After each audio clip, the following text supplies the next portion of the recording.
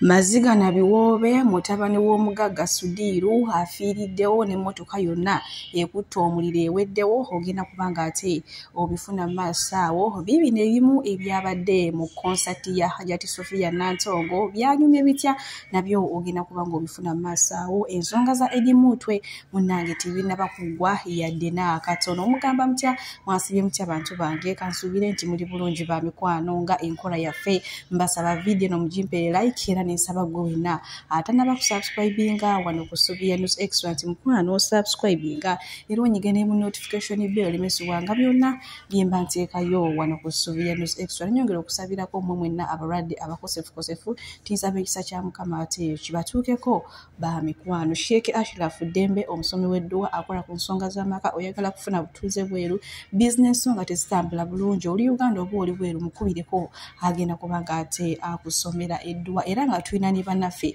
aba BF Sumanga bo bajjanjabisa ddagala lya butonde era nga bajjanjaba endwadde zonna, so bakubireko ate weefunire obulamu obujja. Tuddeyo n'okaaba ebimba ebitawuna, simanya amagulu gannuma ate omuntu ate omwana yeerabira ebintu mu kiraasi, kola kintu kimu bakubireko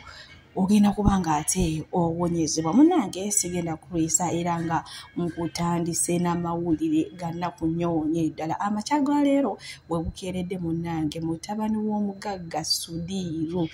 abadde ali ku kyebusaabala munnange, emmotoka ye ekutta omuliro yonna n'esaanawo nga bw'ogirabaawo, kw'otadde naye kennyini n'asaanawo era omulambo gwenjogerera vujjereere. Bannange bino byo byewuunyisa, kale yeebase bulungi ekyo n'akiyitamu bulungi. Kati nga bw'omanyi munnange abo ba businessman tebatambula, babeera n'ebintu bingi nnyo bye babeera balina okuddukanya. Kati osanga abadde alina ddiiro oba ezibaluka ng'ate alina zikutula ng'akedde nnyo, naye emmotoka n'esaanawo nga woolabaawo. Naye abantu abamu bagamba nti enfa y'ono omwami eriko akabuuza, wayinza okuba nga waliwo bye baatadde mu mmotoka kugamba bimuzikirize lumu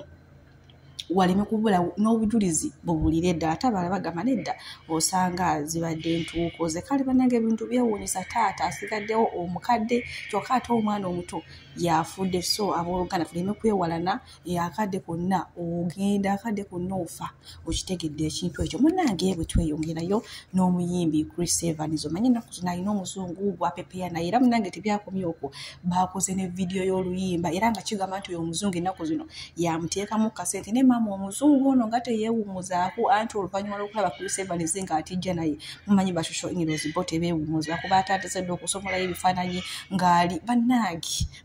ky'olumanya abayimbi abasajja bonna abasinga abaamuno mu Uganda yali abeddeko nabo, naye katusuubye nti osanga abeera nabo nga mu byamukwano, just friend, so si bya love. Naye maama webanga bya love nga baba bamusombye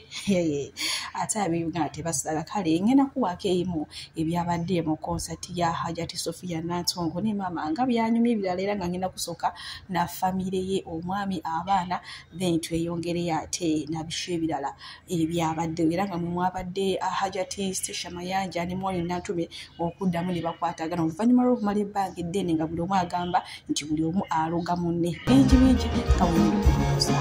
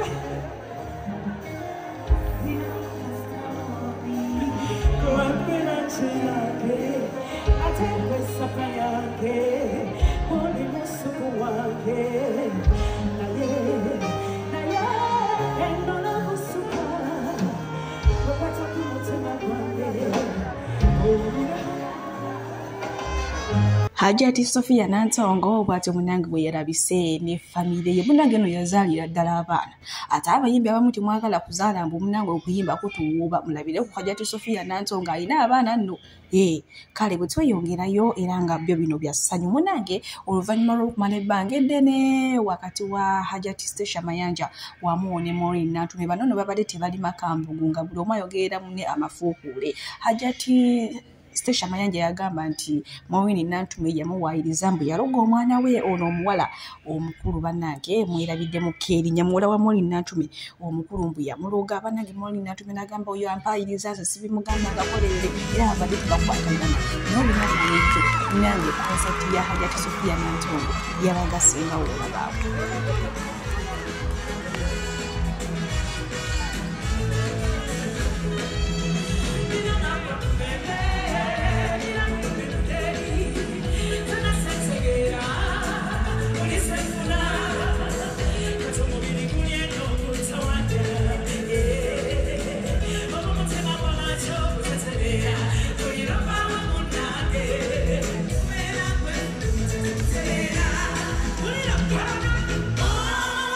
Oluvannyuma lw'okumala akabanga akanene Maureen Nantume ne Stesha Mayanja bamaze ne bakwatagana maaso wano ne Nakasale ne kusaasira ng'ate naye asanyusa ku bawagizi abaze okuwagira Hajjati Sophia Nantongo.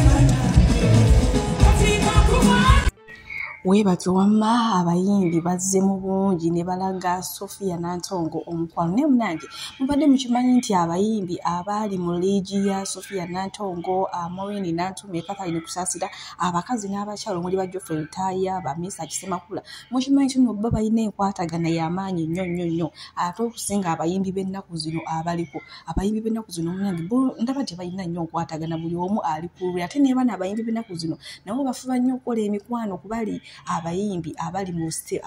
stage y'aba Sophia Nantongo y'aba Catherine Kusaasira. Munnange mbadde mpitaayita n'engwa ku w'ekyejo n'engwa ku Lastibo ne bannange omwana nga yeekoze ebyekyejo anti abadde ne maama we. Wamugamba mami ntakulako wano, mami nina okukwata mu kamera, nze mami nkimanyi nzanze bannange ebintu binyuma ng'oli ne mami. So olaba akatambi kano ate tweyongereyo n'agaayiro bannange Lastibo ekikula ekyejo alina kingi. Buli lwe nina okujja mu kyalo eno nina okufunayo akafaananyi nawe kuba onneekweka oba tonneekweka yeggwe maama wange si bwe kiri sinze mwana we asembayo bano bonna bakulu bange bali ku byabwe ezasembayo bane mulaba maama wange nze buli kadde entimba maama wange neza mutulaba nze lulenzi olusembayo ate era teri luwala lusembayo nze lulenzi nze luwala ffenna nze lusembayo. Mama nkwagala nawe njagala kale alhamdulillah. Tubadde tuli awo ne tugwa ate ku Lastibo naye maama alabika alina ekyejo. Omulaba musajja mukulu ate alina ne family naye ekyejo naye nga ye kyendabye maama ye ne kamera tebakwatagana bali bati buli omwe kubo akwatalirye naye era nga ye Lastibo akavidiyo akamukutte teri muzanyo. Munnange tukyali mu muudu za weekend okitegedde wagenzeeko ewammwe mwaliddeko ekyemisana mwenna ne maama ono omukyala ndabye kana akatamye mpulira nga nange ngamba oba nzaale bannange okuzaala kunyuma abakyala mwesonyiwe famire mwesonyiwe famire. Omanyi wadde mugamba nti naku zino abasajja bafusula obuvunaanyizibwa ati bakyalabirira baana naye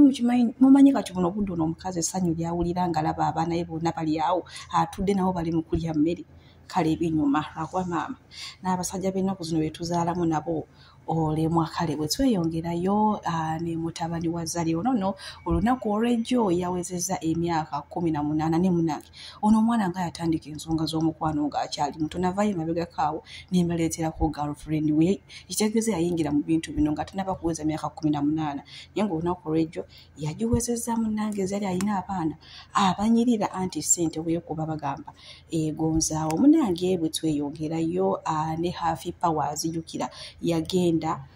ku TV endala naye naye kigambibwa nti ku BBS we yali ate badidde omukozi wa Bukedde TV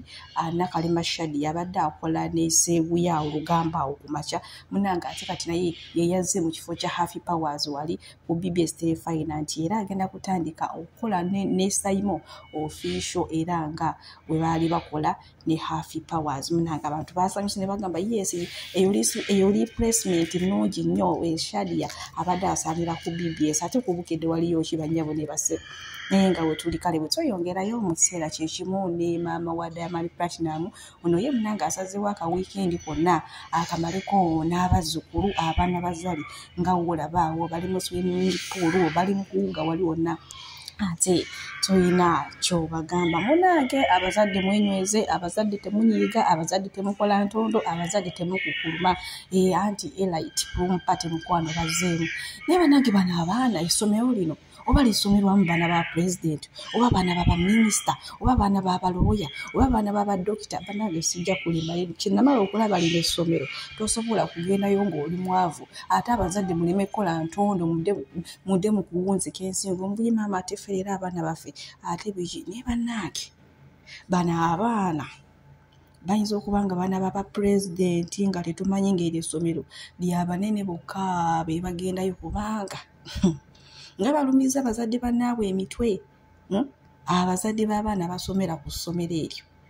banange otunuulira emmotoka n'ogamba ddala zino bano abaana ssente bazijjawa luli eri pumpati ewedde omwana yagira mu helikopita nitwogera omugambo omuyitirivu ennyo naye maama tebyakomaawo n'ekkuluno kyabadde kikabuka enengayo pumpati yawedde. Kale bwe tweyongerayo n'ekikeni munange mulina maaso awo lunaku lw'ejjo abadde azikulayivu kutunda tiketi zaabwe manyi balinayo kashoye ne share price kati gye wabiridde omwana mugamba munange kikeni yogerako ku nsonga za edimu tukumanyi bulungi nnyo manyi okwogera kale otera okukola ku bintu ng'ebyobugambo laba yamuzeemu tweyongera yogera kwedi muto nze mwogereko bansibe gwe lwaki tomwogerako nze bantwale luzira gwe osigale ngo oli amaleewa gwe lwaki tomwogerako gwe lwaki gwe tomwogerako nze mwogereko nze bantwale bansibe gwe ng'osigadde oli amaleewa kati njogere ntya ngambe mbuno edi muto yabadde ki fena byamutuuseko twabirabye kati nze mwogereko ntya nze nina kyemmanyi bwe omuntu emusibisa abaana b'abantu mmwe nina kyemmanyi nze mbeera wa Muhoozi nsula mu nju ya Muhoozi lwaki oyagala okummanyira gwe n'okunsibisa nze edi mutwe bali bamukwata naliyo ndooza mulabe mwagala okusibisa abaana b'abantu mwana edi mutwe nze nsaba busabi aveeyo naye nze siina kyemmanyi nze mmanyi ekiku edi mutwe nze nina kyemmanyi ndowooza mulaba kati singa badde kempaka atandikirawo edi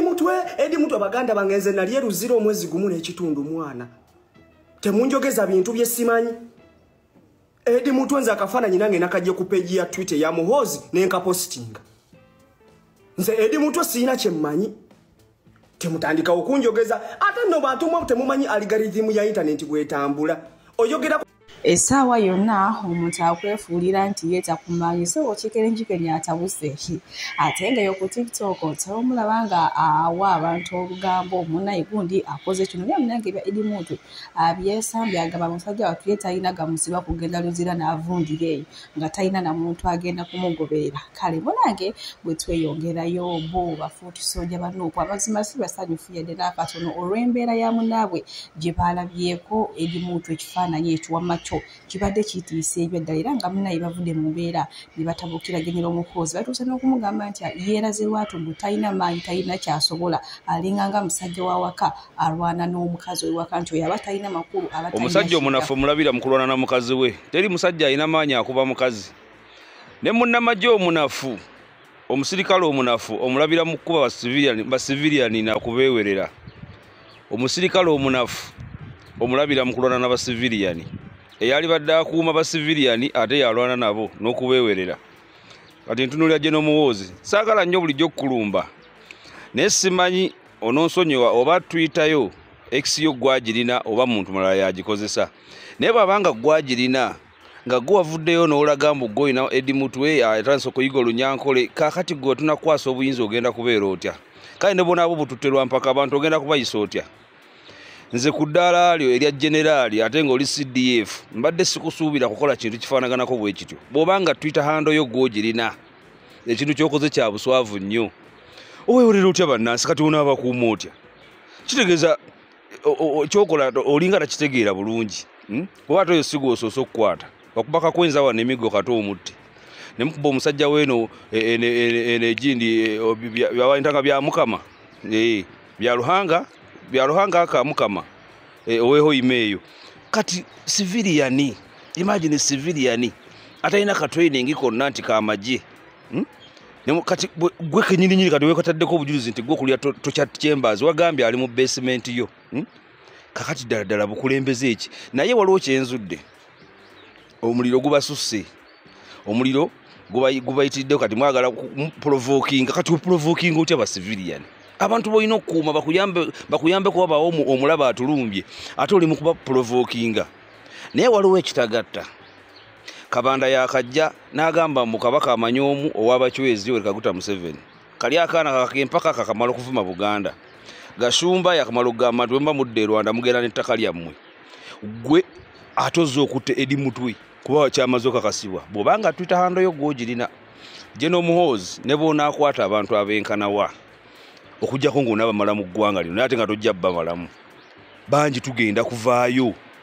abalungi abatuuliriza era abatulaba olunaku olwaleero tukyaddeko ewa Sheikh Ashraf Dembe sebo sanyusa okubalaba amannya agange Seeka Ashraf Dembe akola ku bizibu by'enjawulo omuntu singa aba alina ebirwadde musomereddwa tumuwa amazzi ga lukuya nga bw'obadde ogalaba tugenda abantu ku kyoto ne twokya emizimu emibi egibabaamu n'okulomba edduwa abantu singa abeera ng'ali wano atuuse sobola okumulombera edduwa ne waba atatuuse nga mpadde amannya ge naye ng'ali wala maneetaase enamba yange yeeno eri 0707363711 nammwe bannyinaffe abali ebweru oyagala okuba nti oyagala okulombera ku dduwa ng'olina ebizibu viza zibuze amaka gakolongotana sente zikola zimpita mu ngalo ojja kumpeereza ekifaananyi kyo n'amannya go ebyo byokka bijja kummala nja kukulombera edduwa ojja kutereera olunaku olusembayo mu mwezi mba n'edduwa eyawamu ffenna n'abalwadde bange abakadde n'abapya salaamu alaikum warahmatullahi wabarakatu tukyali ku nsonga za Eddie Mutwe era nga maaso wano ngenda kubanga mbalekerako akatambi ka Calvin Kayanja ng'agamba nti ate kati mukyayagala ki General Muhoozi yavuddeyo n'abategeeza mu lwatu nti omukulu Eddie Mutwe yamuyina nti ate lwaki mukyamala obudde nga muli ku social media nga mwekalakasa nti nga wenna ayagala okugenda ewa General Muhoozi oba nga tumanyiyo mbu ye mweteefuteefu okuwa location bannange nenga bambi ba Eddie Mutwe buno obudde ali mu mbeera ki oba yafunye ku buweke oba bambi yafunye amunyiganyigako ku biwunde ebyo oba omusajja omukulu ne bakuba we bati ne babula okwasa amaaso byannaku naye nga teri kitagwa buli ekitandika kibeerako enkomerero basuubira kukeera mu maka ga General Muhoozi kubanja muntu wammwe kubanga yabakakasizza nti Eddie Mutwe ali mu basement yamuyigiriza Lunyankole obudde bwe mumala kuno mu comment section ne ku internet okuwemula abantu nze mbadde nsuubira nti mwandisimbye ennyiriri ne mugenda ku ofiisi ze ne mubanja omuntu wammwe muli mu firi Eddie Mutwe bulijjo mweyita basirikale bafuutu soja mweyita bayeekera mwe maanyi ga abantu omuntu babalagiridde gyali ali mu maka ga General Muhoozi mu basement mbawe location temumanyi General Muhoozi gy'abeera mbawe location mutwale empale zammwe mukakase kye bayita General mutuufu bulijjo mweyita bajjeno muli bafuutu soja muli maanyi g'abantu omusajja yabagambye Eddie Mutwe amuyina mu basement mukyakola ki ku internet mukyakola ki ku internet nabagamba you're not fit for the struggle muli batiitiizi nnyo kyova olaba nti mulekerera abantu abatuufu ne mudda mu kulumba abantu abatabakwatako Zindabaga siyinza kuwagira struggle ya kifere. Siyinza kuwagira struggle ya kwekubya bifaananyi. Omuntu n'abalaga n'obujulizi nti omuntu amwina mu basement ne musigala nga mukyasitamye wammwe. Nga mukyasitamye wammwe. Kati agamanya g'ekyepaati kagajje no mugejjeeko. Agamayinja ge mwafuna ag'ekifere ndi mweyita bafuutu soja mugajjeeko. Bwe mbate musobola kulumba muntu alina muntu wammwe ne mumujjako. Nga muli ku internet kuno muli mu kuwemula bantu. Mutegeere nti mwayingira struggle nga temunnatuuka oba ekituufu mwina kunoonya mirimu gya kukola. Ekibatawaanya bbulwa lya kukola mugende mukube bbulooka. Naye omuntu bw'aba asobola okuwamba omuntu wammwe n'abalagirira ne waali n'ababuulira ne waali n'akakasa nti yamulina ne musigala ku internet kuno nga muvuma abantu.